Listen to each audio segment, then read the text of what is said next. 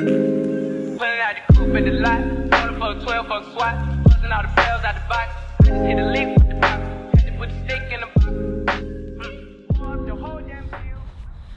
What's up, guys? So I just finished running around the field for about 15 minutes. It's a beautiful day now. It's 64 degrees, so it's literally perfect, and it's good to have nice weather. So I'm really taking advantage of this like warm weather, because the past couple of days, you know, it was like in the 20s last week, windy, and now it's gonna be like in the 70s the next couple of days. So I really want to be out here, get as much vitamin D as possible, and you know, just really take advantage of this nice weather.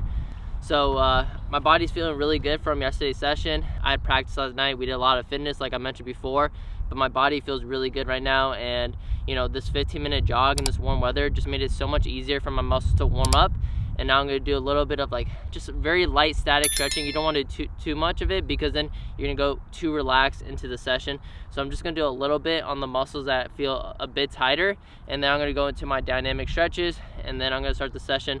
And I'm gonna show you guys what I do for today. I think I'm gonna do a little bit more, just because, you know, surprisingly I'm feeling really good. Even though we did a lot more than we did last week, my body's adapting to the training a lot better. And since the weather wasn't as cold, I think it's just easier on my body as well. So make sure to listen to your body and take it easy, not to push yourself too much, because at the end of the day, you want to put 100% into those trainings at night with your team, because you know, the coaches don't know what you're doing outside of it. So it's really important that, you know, you give it 100%.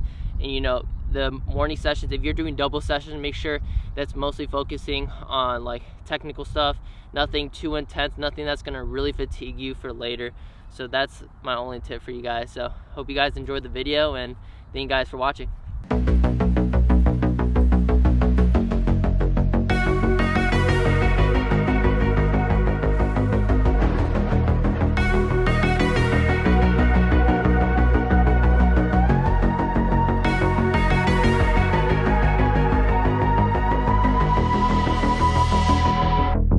What's up, guys? So in today's session, I'm going to be showing you guys several awareness drills using a free app called Column B that has interchangeable numbers and colors. So I'm going to be showing you guys a couple of drills that you can add into your sessions that are going to improve your awareness, just helping you build a better habit of checking your shoulders and knowing what's behind you. So in this first drill, all you're going to do is set up 2 cones, and then you're going to set up your phone behind you.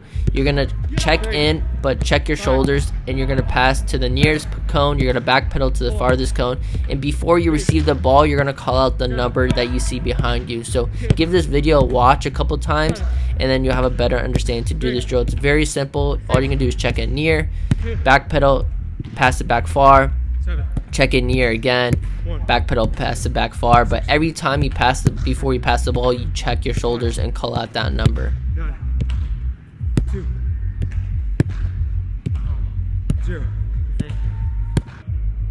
4, 7, 6, 8, 6, 4, 7, 2, 9, 1, 7. Yeah, 7, good. So in this second drill, it's going to be the same setup, but now we're going to be focusing on working on the accuracy of our passes. And another thing is, I added colors into the interchangeable numbers, so you're not only going to be seeing numbers, but you're also going to be seeing colors. And in this drill, we named gate on the left yellow and gate on the right blue. So whenever we saw that it was blue, we would do a 1-2 with our partner and play it into the right gate. If we saw yellow, we would do 1-2 with our player and play it into the left gate. So you're doing the exact same thing in terms of checking your shoulders, passing it near, going back, passing it, checking it near, passing it. But the moment you saw yellow or blue, you do a 1-2 with your teammate and play it into the correct gate. So not only are you working on the accuracy of your passes, you're also working with the awareness. If you don't have gates, you can like set a soccer ball or create a gate with 2 cones. So you don't need these like small goals if you don't have them. 9. Yellow. Left. One more. 2. Yeah. Pull. Yellow. Left. For the third awareness drill, all you're going to be doing now is that you're going to have the gates facing towards your back and also the phone. So you're going to be doing the same passing sequence that you've been doing for the previous two, but now whenever you see blue or yellow, you're going to be turning and playing it to those same gates. So yellow gate is going to be on the left side and right gate is going to be blue. So same thing, and this is going to be a great drill for my midfielders because let's say you're checking in and you're turning your shoulders and you see that one of your wing backs or wingers are open out wide, you're going to turn and play it, or you're going to turn and shoot on goal. So this is a great drill working on that.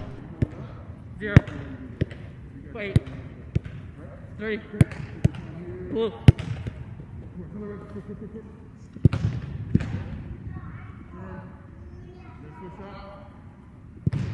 1, blue.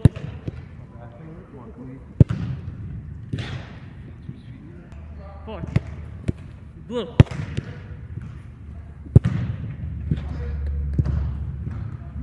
8, blue. So the fourth awareness drill is going to be involving a little bit of ball mastery with some multitasking. So all you're going to do is your teammate's going to have your phone in his hand. He's going to be rocking around. While you're doing the ball mastery drill, you're going to be having to call out the number or color that you see on the screen. And it's actually a lot harder than it looks, and it's very challenging. The reason why you want to do this is because if you can dribble with your head up or perform any of these moves, you're going to be such a more dangerous player on the field because you'll be able to see what everything's around you and knowing where like the keeper's standing or where your teammates are or the defenders and so on. So this is why we do these drills. Red, yellow, 2, 9, 1, 7, 4, yellow, 8, 9, red, 9, yellow, 5. The fifth awareness drill is going to now involve some juggling, and this is a lot harder than it looks, just like the other drills, so don't underestimate this. And all you're going to be doing is you're going to be trying to juggle, and you're going to try to pick up your head. So this is really going to be focusing on, can you juggle with your head up? Can you do both? Can you multitask? Because it's also going to just improve on your first touch. Can you see what's in front of you? Also, while maintaining a good touch and focusing on that ball. 4, red, yep, green, blue, 1, 8, 5, 3, 9, 1, 2, 3, 0, 4, 7, orange, 3, blue, orange, 0, 1. The sixth awareness drill is still going to involve juggling, but all you're going to do now is you're going to take a couple of juggles, you're going to pop up the ball in the air, check your shoulders, call out the number or color that you see, and then repeat that process. Once you get good, try to only take one touch to control it and another touch to kick it up.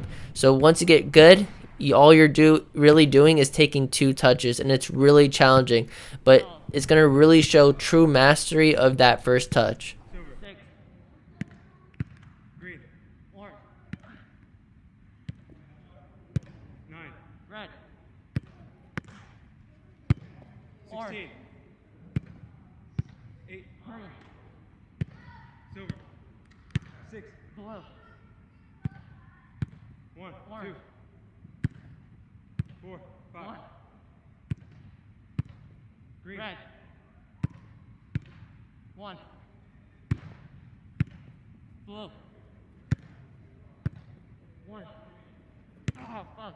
After all those awareness drills, we ended the session doing some driven passes and some 2-touch juggling. But I hope you guys enjoyed that session in the voiceover. If you did, please leave a like, and I hope you guys go out and do some of these drills. If you do some of these drills, tag me on Instagram or send me a video, and I'd love to see you guys working on that, because it's really great to see you guys working hard, and I'm just trying to help as many people as possible.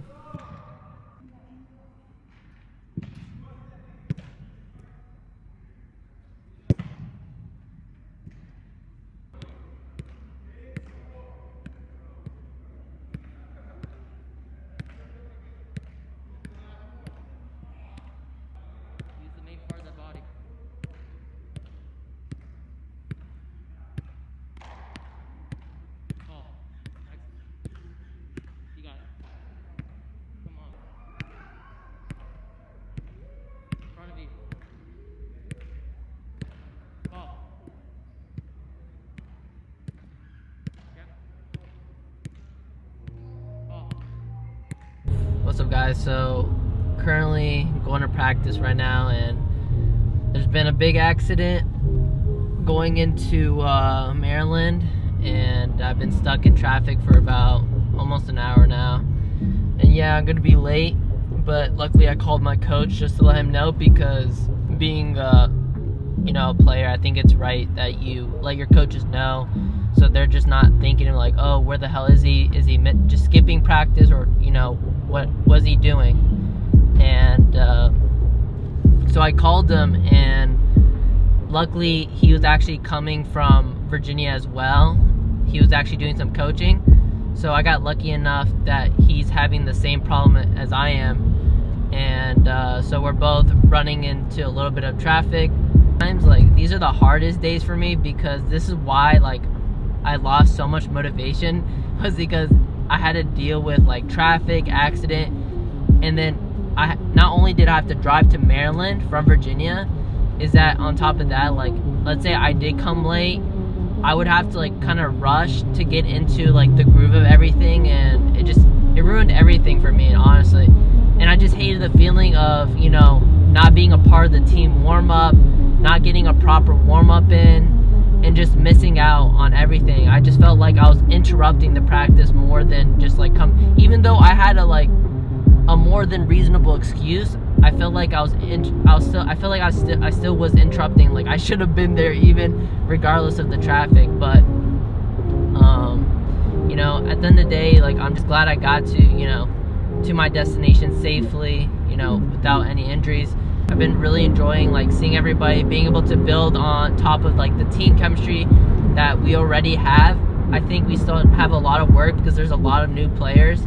So I'm excited to build new relationships with all these new players, and I'm excited because I feel like we have a lot of really good talent, and I'm just excited to see how far we go and how well we do, because if we all work together, we support each other, and we push each other, I think we could really win NISA. And I know it's our first season and it's a lot saying that, but I mean, all it took us was really 2 seasons in the UPSL to win nationals. We see some of the best teams, they have some of the best relationships with each other, and because they push each other. And if someone does a bad mistake, they say, let's go, come on, wake up. They turn it into a positive thing versus a negative thing. So they're not going to tell them yo, you suck, get off the field, blah, blah, blah, all that stuff.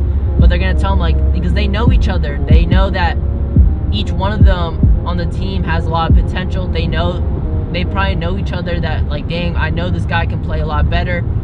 He just made a couple mistakes. I know he has it in him. So, instead of telling him he sucks and continue to put him down, I'm going to bring him up and just tell him, yo, let's go, you got this. Those are the things that make the difference between some players from going from 0 to 100, or from 100 to 0 really quick. Because if you're gonna put someone into the ground, you're just gonna, either you can uplift them and potentially get them to play their best game they've ever played before, or they have the potential to play the worst game ever, and you're gonna ruin the whole game for them, and that's not what you want. We play soccer, we play football, whatever you want to call it. We play this sport because we love it, and you don't want someone to be yelling at you, because that's not fun. That's that's the least amount of fun. You don't want someone to be yelling at you the entire game, telling you you suck, blah, blah, blah. That's honestly the most one of my biggest pet peeves, is when people try to tell me oh, do this, do that, and it's just the way they do it. It's not, I can take criticism, but if you give it to me in a very negative way, I'm not going to respond in a positive way. If I have a lot of respect from you, and you tell me yo, you gotta do better, I'm okay, I gotta do better. But if you're on the field and you're making twice as many mistakes as I am, and you're telling me, yo, what's wrong with you, you gotta do better, I just, I try my best to be you know what, this guy, you're just trying to help. I understand sometimes, but every player has their tipping point, But yeah, I'll talk more about this in another video. just because like I feel like this is a whole topic itself. But yeah, I'm excited to, you know, I'm really grateful for another practice, and I'm ready to put that work in. I hope you guys enjoyed that little rant of mine, and I hope everyone has a wonderful day. It's a great day to get better, and you know, I'm excited to, you know, improve. I'm excited to learn. I'm always trying to, you know, learn something new and improve and find more weaknesses, because I feel like the moment you tell yourself, oh, I don't need to train on something, that's the moment you stop your growth as a player and in like life in general. Because if your mindset is like, oh, I can always improve, I can always get better, I can always, you know, learn more from other people, I'm telling you, your potential is like, it's endless, because your mindset is just set to like, I could always get better, I can always learn more. That's how everyone's mindset needs to be like. But yeah, gotta stop talking now. But I hope everyone has a wonderful day, and I'll see you guys later. What's up, guys? So I just got home from practice, and I'm gonna give you guys some tips if you have to wake up the next morning early, and just how to properly like fuel your body so it can recover properly other than sleep. So the first thing is hydration. Hydration is like number one other than sleep, and making sure that you properly, you know, fuel your body back up so that you're ready for the next train. Tomorrow we're training 4 days a week, so you know, today was a very intense training session, so making sure that I hydrate as much as I can and fuel my body so that, you know, all those, you know, my muscles can be, you know, nourished, and my body could be recovered for tomorrow's session is really important. Because, you know, if I don't, I'm going to feel terrible, exhausted in the morning, and tomorrow morning I'm going to be doing a nice recovery session in the morning. So what I'm going to be having is a little bit of my favorite chocolate milk. I'm going to show you guys right here. I'm going to have some Promised Land chocolate milk. I'm going to drink some of that. I'm going to be having 2 bananas, and then also having some cranberry apple juice. And I'm gonna have a little bit of this chicken made with a little rice and broccoli. Yeah, that's pretty much gonna be it. I'm gonna go shower, stretch, foam roll, and then head to bed, because I have another long day tomorrow. I got class, I got training in the morning, and then got training at night. So I'll see you guys in a little bit.